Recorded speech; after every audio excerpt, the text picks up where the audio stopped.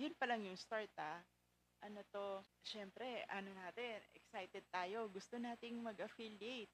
So, umpisa, ano 'to, maging affiliate ka na, kikita ka na. Siyempre hindi po. Kailangan 'pag nag-affiliate na tayo, pipili tayo ng products na, ipo-promote natin.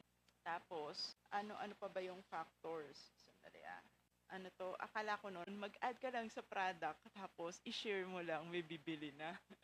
Hindi siya gano'n kadali.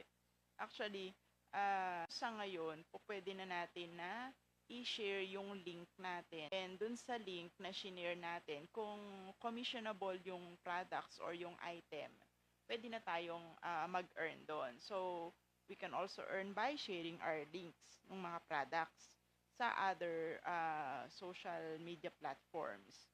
So, yun yung bagong, ano 'to, bagong feature na ni TikTok app.